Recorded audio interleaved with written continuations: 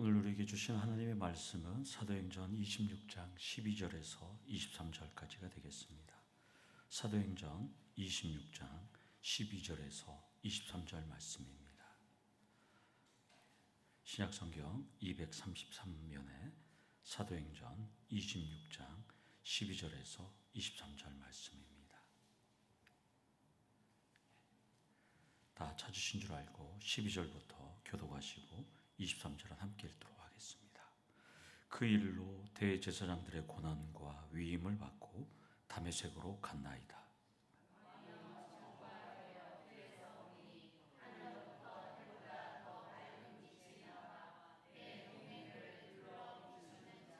우리가 다 땅에 엎드러짐에 내가 소리를 들으니 히브리 말로 이르되 사울아 사울아 내가 어찌하여 나를 박해하느냐 가시체를 뒷발질하기가 내게 고생이니라.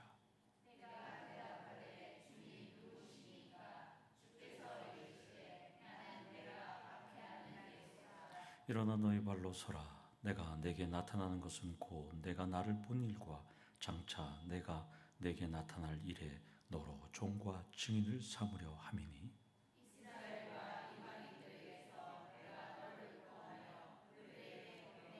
그 눈을 뜨게 하여 어둠에서 빛으로 사탄의 권세에서 하나님께로 돌아오게 하고 죄사함과 나를 믿어 거룩하게 된 무리 가운데서 기업을 얻게 하리라 하더이다.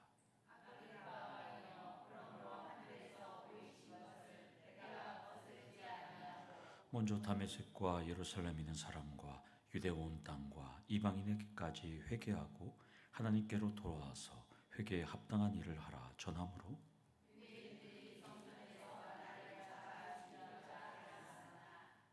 하나님의 도우심을 받아 내가 오늘까지 서서 높고 낮은 사람 앞에서 증언하는 것은 선지자들과 모세가 반드시 되리라고 말한 것밖에 없으니 곧 그리스도가 고난을 받으실 것과 죽은 자 가운데서 먼저 다시 살아나사 이스라엘과 이방인들에게 빛을 전하시리라 함이니이다 아니라. 아멘. 옆에 계시면 인사하겠습니다. 사랑합니다. 축복합니다. 인사하겠습니다. 사랑합니다. 축복합니다. 예. 지난주에 간증 그 자체의 인생을 살았던 사도 바울의 간증 서두와 첫 번째 본론을 우리가 살펴봤습니다. 그 첫 번째 본론은 9절에서 11절까지 이전에 나는 어떤 삶을 살았는가가 바울의 간증 첫 번째 부분이었습니다. 오늘은 본론의 두 번째 부분인 12절부터 18절까지는 무엇이 나를 이렇게 변화시켰는가, 세 번째는 19절에서 23절 지금 나는 어떤 삶을 살고 있는가, 이 두 번째와 세 번째를 살펴보는 시간입니다. 그러면 먼저 무엇이 나를 이렇게 변화시켰는가 부분인 12절을 보면 바울의 사명과 목표는 분명했습니다. 사명과 목표는 예수 믿는 자를 체포하고 박해하고 죽이는 것이었습니다. 그것이 사도 바울의 목표였어요. 그래서 오늘 12절만 보면 바울은 그 일로 대제사장들의 고난과 위임을 받아서 예루살렘에서 230에서 40km 가는 다메섹까지 가서 예수의 제자들을 잡으러 갔습니다. 그래서 바울의 고난과 위임은 대제사장들과 종교 권력자들을 대신해서 예수의 제자들을 잡으러 간 거예요. 박해하러. 쉽게 말하면 원정 박해를 떠났습니다. 이 장면의 실질적인 배경은 사도행전 9장에 나옵니다. 그리고 한 번 더 나오는데요. 22장에 한 번 더 나옵니다. 그런데 약간 좀 달라요. 9장에 나온 것은 3인칭 시점이에요. 사도 바울을 옆에서 보는, 사도 바울이 예수님을 만나는 장면을 1인칭이 아니라 3인칭 관점에서 기록합니다. 그리고 22장은 사도 바울의 첫 번째 변론이었잖아요. 그거는 사도 바울이 말하기 때문에 1인칭 시점입니다. 그런데 오늘 보면 본문은 앞의 내용 9장과 22장과 세 가지 차이점이 있어요. 9장에서는 9장 3절에 보면 사울을 둘러 비췄던 것이 빛이라고 표현합니다. 22장에서 보면 22장 6절에 보면 큰 빛이 나를 둘렀다 이렇게 말합니다. 근데 오늘은 13절을 보니까 다메섹으로 가는 길에서 해보다 더 밝은 빛이 나를 비췄다. 이렇게 말합니다. 이 강도가 점점 세고 있어요. 9장 3절에서 빛, 22장 6절에서는 큰 빛, 그리고 오늘 13절에서는 해보다 더 큰 빛. 이유가 뭘까요? 똑같이 빛을 둘렀는데 바울이 이렇게 빛의 강도를 강조하는 의도와 목적이 있습니다. 자신이 전하는 분이 빛의 근원이기 때문입니다. 빛 자체이기 때문입니다. 그 빛은 내가 봐보니까 그 빛은 해와는 비교할 수 없는 강렬한 빛이었다. 이렇게 말하고 있습니다. 그러니까 사도 바울이 그 다메섹으로 거의 다 왔을 때 다메섹 도상에서 부활하신 예수님을 만났을 때 만났던 그 빛, 그리고 일행들도 그 빛에 다 엎드려졌는데요. 그때에 비쳤던 시간이 바로 정오입니다. 정오는 가장 태양이 뜨거울 시간이에요. 그때 태양보다도 예수의 빛이 더 강렬했다는 거예요. 그러니까 하나님 앞에서는, 예수님 앞에서는 빛조차도 어둠이 될 수밖에 없는 강렬한 빛이었다. 지금 말하고 있습니다. 따라서 오늘 본문에서 우리가 볼 수 있는 것은 창조주와 피조물은 빛 자체를 비교할 수가 없는 거예요. 태양과 달과 별, 또 인간이 만든 이 LED는 뭐 아예 태양빛에 이건 명암도 못 내미는데 피조물은 하나님 앞에서 명암도 못 내민다는 거죠. 그래서 태양과 달과 별빛도 쓸데없다 이렇게 말하는 거잖아요. 계시록 22장 5절에 이렇게 말합니다. 다시 밤이 없겠고 등불과 햇빛도 쓸데없으니 이렇게 말합니다. 그러니까 하나님이 계시니까 이 피조물의 빛은 필요 없는 것입니다. 그래서 이는 주 하나님이 빛이심이라 그들이 세세토록 왕노릇하리라. 그러니까 하나님의 빛으로 천국은 살아가는 거예요. 태양은 필요 없습니다. 바울은 부활하신 예수님을 만나보니까 그분은 정오의 태양도 그림자로 만드시는 분이다. 측량할 수 없는 빛을 내셨다. 빛의 근원임을 그는 깨달았던 것입니다. 따라서 우리가 첫 번째 이 말씀을 통해서 나눌 것은 여러분들의 간증의 핵심도 사도 바울처럼 빛의 근원인 주님과의 만남을 전하셔야 합니다. 강렬한, 우리도 이게 다 LED 전구잖아요. LED 전구가 강렬한 빛을 내는데 하루에 9시간에서 10시간 이것을 사용하면 평균 수명이 6년에서 10년밖에 사용할 수가 없습니다. LED 전구도. 그리고 태양도 강렬하지만 구름이 끼거나 폭풍우가 치거나 비가 내리면 태양도 힘을 쓸 수가 없어요. 인간도 상당한 빛을 발하는 것 같잖아요. 지혜가 빛이잖아요. 인간의 지혜와 지식을 발하도 제가 참 좋아하시는 이호령 박사님 같은 경우에도 80이나 90대니까 다 죽잖아요, 사람은. 그러니까 이 땅의 피조물들은 빛을 내는 게 다 한계가 있습니다. 그러나 진짜 빛, 주님과의 만남은 만나기만 하면 영원한 보장이 있다는 것입니다. 그 빛은 영원히 빛난다는 것입니다. 그래서 사도 바울은 갈라디아서 2장 20절에 이렇게 말하잖아요. 내가 그리스도와 함께 죽었으니 이제는 내가 산 것이 아니요 오직 내 안에 그리스도께서 사신 것이라. 이제 내가 육체 가운데 사는 것은 나를 사랑하사 나를 위하여 자기 자신을 버리신 하나님을 아는 아들을 믿는 믿음 안에서 사는 것이다. 이렇게 고백하는 거잖아요. 우리는 그 빛 안에서 살아야 한다는 것입니다. 본문과 9장과 22장의 차이점 두 번째는 9장과 22장에서는 다메섹의 제자 아나니아가 사도 바울에게 예수 그리스도의 사명을 전했어요. 근데 오늘 26장에는 아나니아가 나오지 않습니다. 그냥 주님께서 소명을 준 것만 나옵니다. 그래서 학자들은 왜 9장과 22장은 좀 다를까? 학자들은 이렇게 봐요. 바울이 아나니아에게 예수님께서 전해주는 그 소명을 전한 건 맞지만 나중에 바울은 주님으로부터 너는 이방인의 사도로 내가 불렀다라는 것을 다시 한번 들었다 이렇게 학자들은 보고 있습니다. 뭐 그건 중요하진 않아요. 따라서 오늘 여기서 우리가 살펴볼 것은 사도 바울은 오늘 주님이 자신을 부르신 소명, 사명을 지금 강조하고 있다는 것입니다. 이 말씀 속에서. 그러니까 사도 바울은 사명이 분명한 사람이었어요. 예수 믿기 이전에는 예수를 믿는 나사렛 이단들을 박해하는데 사명이 있었고요. 소명이.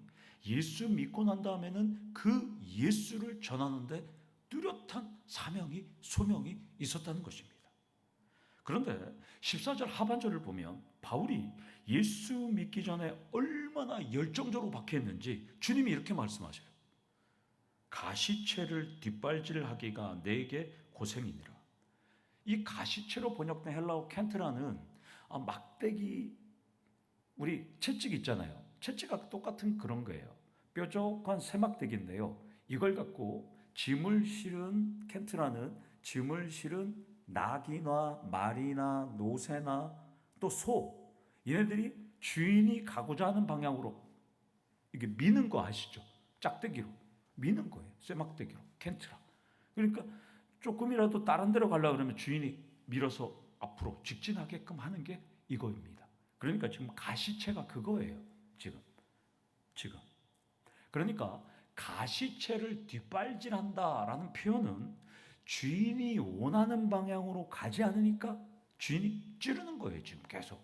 그러니까 지금 너는 지금 가시채를 뒷발질하기가 내게 고생이다. 그러니까 내가 너의 주인인데 내가 가는 방향으로 너는 가지 않았기 때문에 네가 고생했다. 이걸 얘기를 하는 거죠. 주님께서. 그러니까 주님께서는 너는 이방인의 사도로 내가 너를 다 점 찍어놨는데 너는 지금까지 나를 박해하고 또 나를 믿는 나의 종들을 박해했기 때문에 너는 가시채를 뒷발질하기가 내 고생이었다. 이렇게 설명하는 거예요. 이해가 되시죠? 네, 그래서 바울은 사력을 다해서 반항한 거예요. 주님 앞에.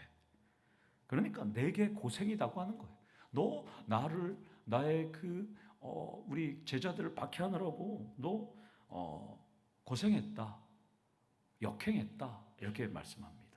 따라서 바울의 삶은 주님께서 태초에부터 벌써 너는 나의 택한 그릇이라고 벌써 택하신 거예요. 그리고 주님은 작정하시고 예정하시고 선택하신 그런 삶이 있었는데 바울은 정반대의 삶을 30년 동안 살았던 것입니다.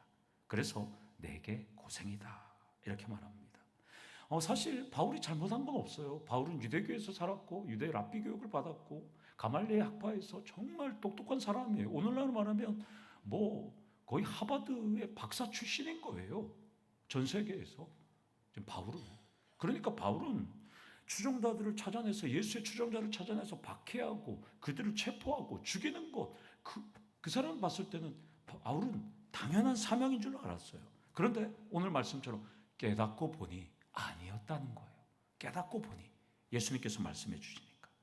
그렇다면 오늘 본문 앞에서 우리도 주님이 원하시는 삶과 동떨어진 가시채를 뒷발질하면서 주님의 방향과 또 우리 오늘 김경호 집사님 참 은혜롭게 기도하시는 건데 정말 복음을 전하고 또 북녘 땅의 동포들 위해서 우리가 기도해야 되는데 그렇지 않고 주님께서 방향과 반대로 가려고 발버둥 치는 곳이 있다면 우리도 사도 바울처럼 한번 점검해 보셔야 한다는 것이죠. 우매하고 어리석은 우리는 주님의 뜻과 계획을 알 수 없어요. 바울과 같이 주님이 원하는 방향과 우리는 때로는 반대로 가기도 하고 갓길로도 가고 고개로 넘어가기도 하고 때로는 안 가려고도 하기도 하고 많이 그렇게 할 수 있잖아요. 그러나 바울과 같이 우리는 부활하신 예수님을 믿고 만났다면 주님 뜻에 역행하는 것은 없는지 살펴보셔야 된다는 것이죠. 주님 뜻과는 정반대의 삶을 살았다면 오늘 사도 바울처럼 회개와 고백이 먼저가 되셔야 한다는 것입니다. 따라서 여러분들의 두 번째 간증은 주님 뜻에 역행한 행동을 회개하고 고백하는 자리가 되어야 됩니다. 그러니까 간증은 내 자랑, 내 영광, 내 명예, 내 성공을 자랑하는 것이 아니라 내가 주님 뜻에 역행하면서 살았던 것을 먼저 고백하고 회개하는 자리가 간증이 되셔야 한다는 것입니다. 왜냐하면 불완전한 인간은 실수하고 또한 착각하고 오버할 수 있기 때문이죠. 중요한 점은 예수를 만난 이후에도 예수를 만나기 이전에 옛사람의 습관과 행동을 끊임없이 반복한다면 오늘 사도 바울처럼 잘못을 회개하고 고백하고 또 그것을 인정할 때 은혜가 된다는 것입니다. 학생들에게 영향력이 있는 학생이 있었대요. 학생들에게 리더, 그리고 그 학생들에게 영향력 있는 학생과 또 선생님하고 충돌이 일어나면 여러분 어떻게 될까요? 학생들에게 영향력 있는 리더십 있는 학생과 이 선생님하고 충돌이 일어나면 어떻게 될까요? 그렇게 선생님 입장에서는 한 학생만 딱 잡으면 그 학교 반 친구들을 다 잡을 수가 있기 때문에 다 기다리고 때를 기다리고 있었는데 이 학생이 지각을 한 거예요. 그러니까 선생님이 인권부실로 와라. 인권부실로 와서 막 얘기를 하면서 옥신각신한 거예요. 너 다음부터 지각하면 안 돼. 이 학생이 알았어요. 근데 수업 시간이 이제 지나갔어요. 그러니까 학생이 선생님한테 아니 저 지금 수업 들으러 가야 됩니다. 그러니까 너 지각하지 말라고. 그러니까 학생이 이거 학습권 침해 아닌가요? 그래서 선생님하고 막 둘이 옥신각신 막 충돌이 일어났어요. 선생님, 학생이 이제 선생님 그래 가라 이렇게 결론이 안 났어요. 그래서 선생님 어떻게 해요? 시골에 있는 부모님을 모셨어요. 선생님을 딱 모시고 그리고 교감 선생님도 부르고 또 모든 인권부 선생님들 다 불렀어요. 부모님 앞에서. 그리고 이 담임 선생님이 그동안 이 학생의 행실에 대해서 다 브리핑합니다. 이 학생이 이렇게 늦었고 이 학생이 맨날 조퇴하고 이 학생이 학생들 어울려서 공부도 안 하고 막 그런다고 선생님이 얘기를 다 했어요. 부모님은 어떻게 생각하냐고 선생님이 물어봐요. 그때 그 학생의 아버지가 이렇게 말합니다. 선생님, 모든 건 다 저의 불찰이고 제가 다 다시 지도할 테니까 한 번만 용서해달라고 정말 죄송합니다. 이렇게 말을 했습니다. 어떻게 됐을까요? 여러분, 이 사건이. 그 얘기를 끝나자마자 교감 선생님이 이렇게 말합니다. 부모님, 이거 아무것도 아니에요. 이거 아무것도 아니에요. 하고 교감 선생님 방으로 갔습니다.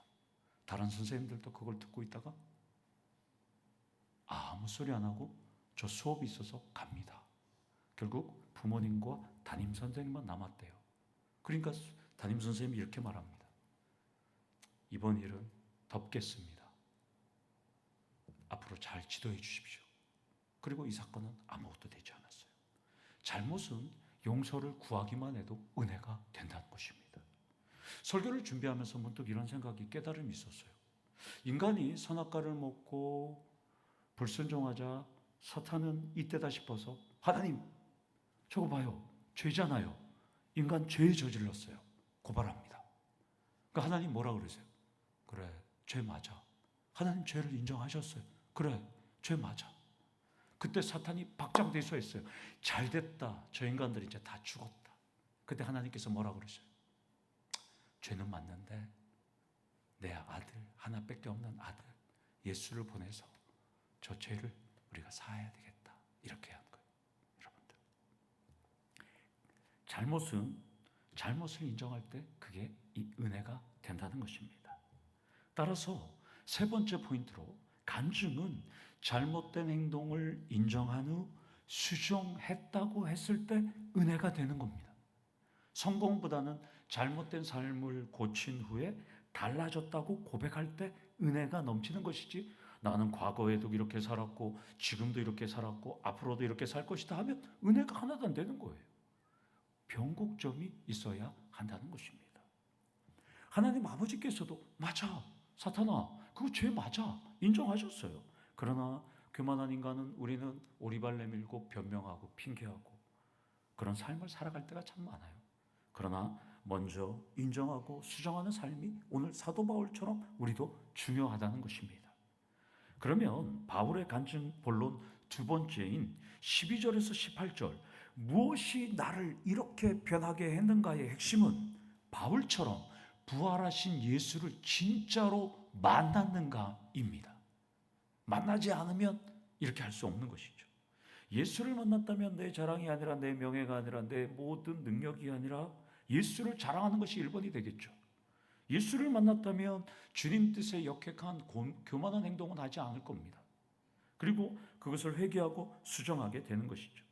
바울은 강렬한 빛에 자신과 함께하는 일행 한 수명으로 추정이 됩니다. 광야는 거의 수명이 같이 다녀야 되니까 많은 인원들이 예수의 제자들을 잡으러 다메섹으로 갈 때 이 모든 수백 명이 넘는 인원들이 다 엎드려졌어요. 근데 바울은 가만히 보니까 자기는 30년 동안, 제가 지난주에 얘기했죠, 3살부터 율법을 배운다면 30살까지 27년을 배웠어요. 그러니까 오늘 이 정오의 태양보다도 더 강한 이 빛은 신적인 존재라고 생각했던 것 같아요.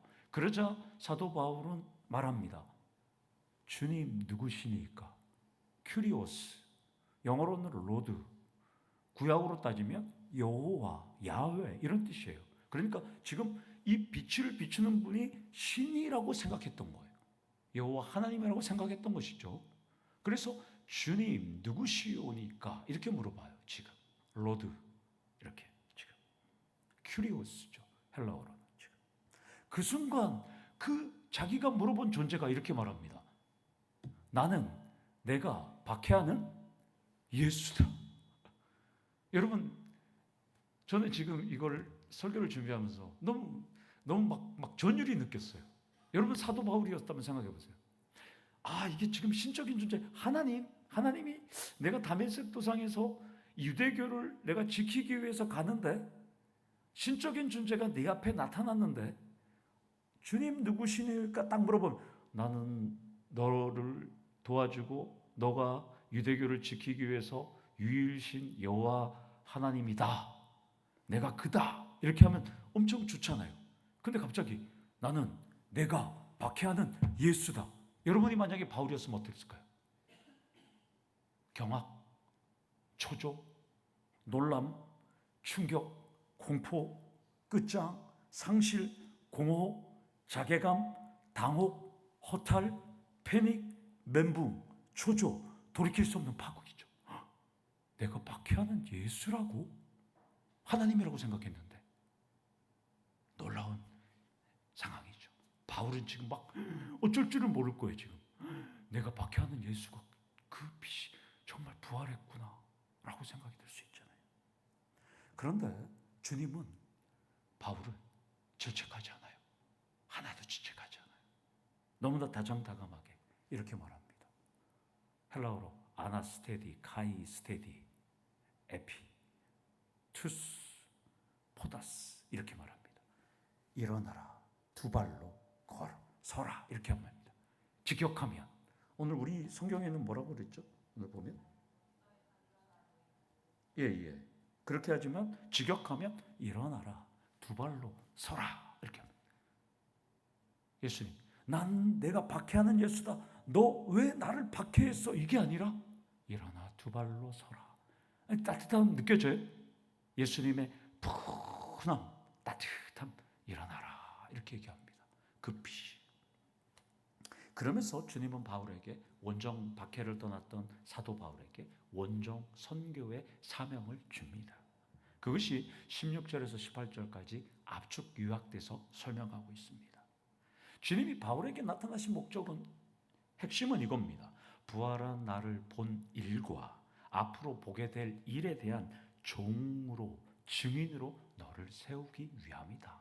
이렇게 말합니다. 바울의 운명은 이렇게 하루아침에 바뀌었어요. 예수의 박해자에서 예수의 전도자로 180도 바뀌게 되었습니다. 그래서 18절 말씀이 바울 사역의 핵심 사명이 됩니다. 참 좋아하는 말씀입니다. 저도 여러분들도 좋아하는 말씀인데요. 제가 다시 한번 읽어드리면요. 그 눈을 뜨게 하여 어둠에서 빛으로 사탄의 권세에서 하나님께로 돌아오게 하고 죄사함과 나를 믿어 거룩하게 된 무리 가운데서 기업을 얻게 하리라. 여기에서 세 개의 부정사가 나오기 때문에 거기에 제가 악센트를 넣어서 여러분들에게 읽어줬습니다. 눈을 뜨게 하도록 사도 바울을 선택한 것, 그리고 돌아오게 하도록, 세 번째 얻게 하도록. 여기 헬라어로 부정사입니다. 이렇게. 그러니까 첫 번째는 사도 바울은 영안의 눈을 열어서 예수를 믿도록 그 눈을 뜨게 하기 위해서 너를 선택했다는 거예요. 두 번째는 어둠에서 빛으로 암흑에 놓여있는 자들을 누구에게로 이끈다고요? 하나님께로 돌아오도록 너를 선택했다. 이렇게 말합니다. 그 결과 사탄의 권세에서 있던 하나님의 백성이 하나님께로 돌아오게 된다라는 것이에요. 세 번째는 죄사함으로 인해서 주님은 바울을 유대인과 이방인에게 보내서 그들이 죄사함을 통해 기업을 받도록, 기업을 얻도록 이끄는 사명을 주셨다. 이렇게 말씀합니다. 따라서 종합하면 죄사함은 눈먼 자들이 눈을 뜰 때, 어둠에서 돌아올 때, 사탄의 권세에서 자유롭게 될 때, 빛으로 나아올 때, 하나님께로 돌아올 때의 결과가 죄사함입니다. 그게 첫 번째 결과예요.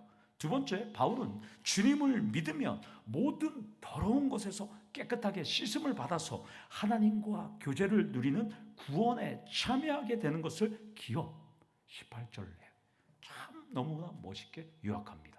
첫 번째와 두 번째 결과.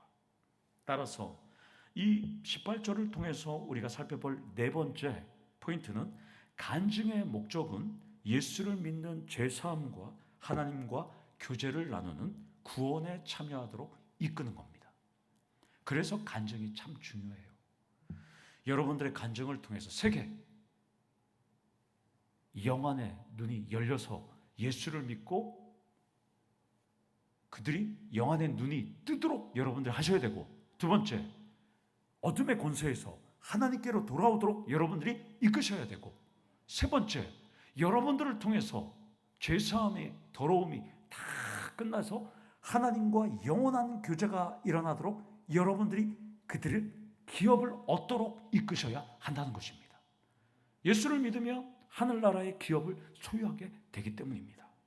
따라서 뜨게 하도록, 돌아오도록, 얻게 하도록 그런 삶을 여러분들은 사셔야 한다는 것이죠. 본문 9장과 22장의 차이점 세 번째는 9장과 22장은 바울이 다메섹에서 구원도 이야기하고 소명받은 것도 두 가지 측면 모두를 기록했지만 26장은 주님으로부터 사명받는 것만 강조해요.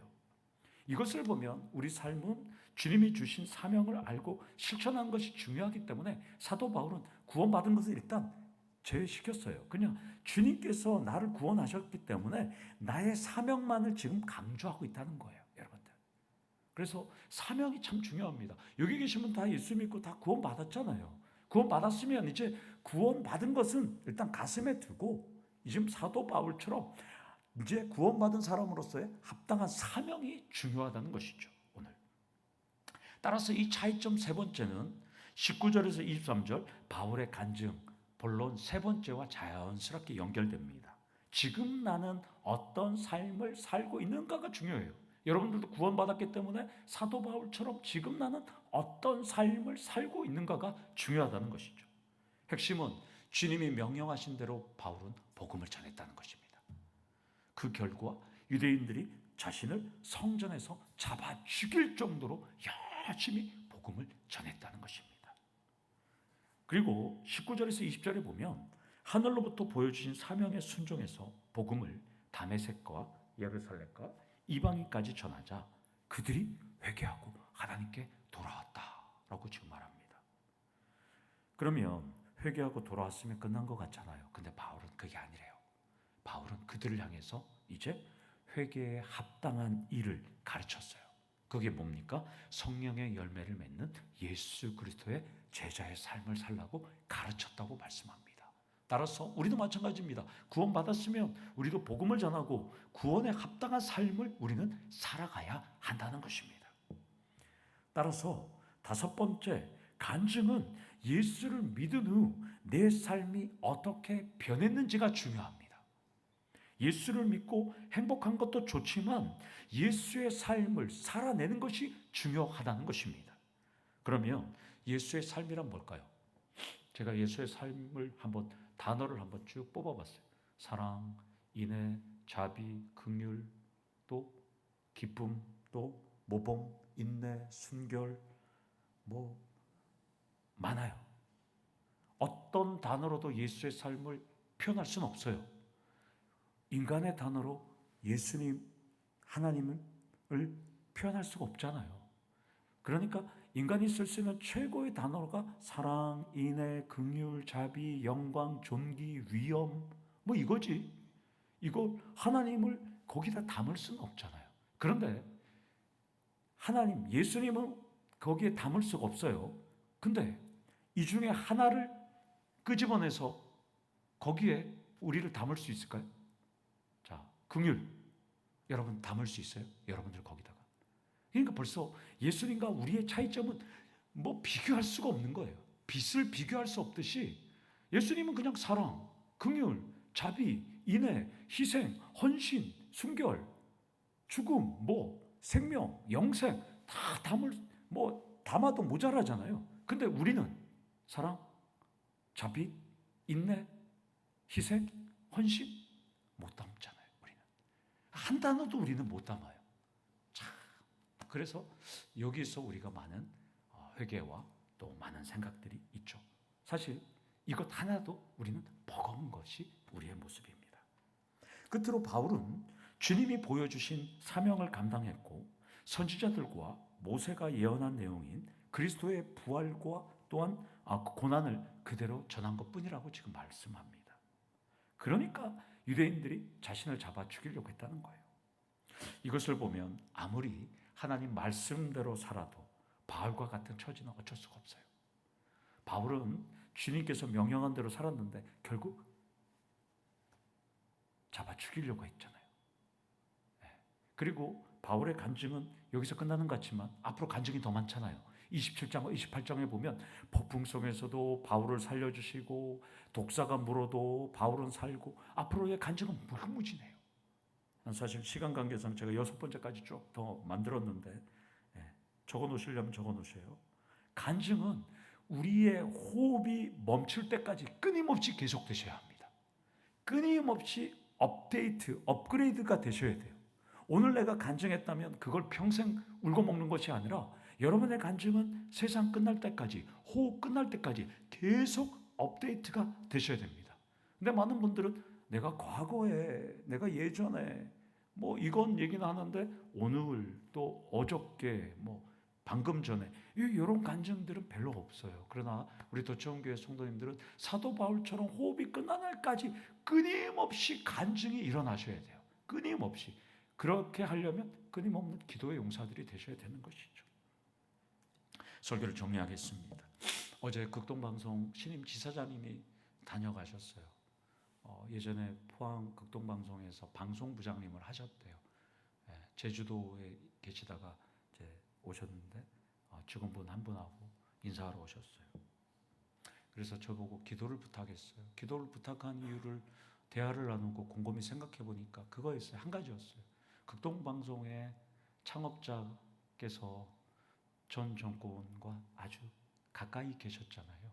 그러다 보니까 지금 극동방송이 현 정권으로부터 많이 힘들대요.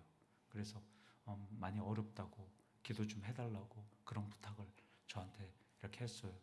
뭐 듣고 보니 그렇더라고요. 여러분들 창립자 누군지 다 아시겠지만 창립자께서는 우리나라 민족과 교회를 위해서 엄청난 선한 영향력을 행사하신 분이에요. 정말 많은 것을 했지만 최근에는 예수의 빛보다는 권력의 빛에 가까이 있었어요. 예수의 빛에 가까이 있어야 되잖아요. 여러분들. 우리는 예수의 빛에 가까이 있잖아요.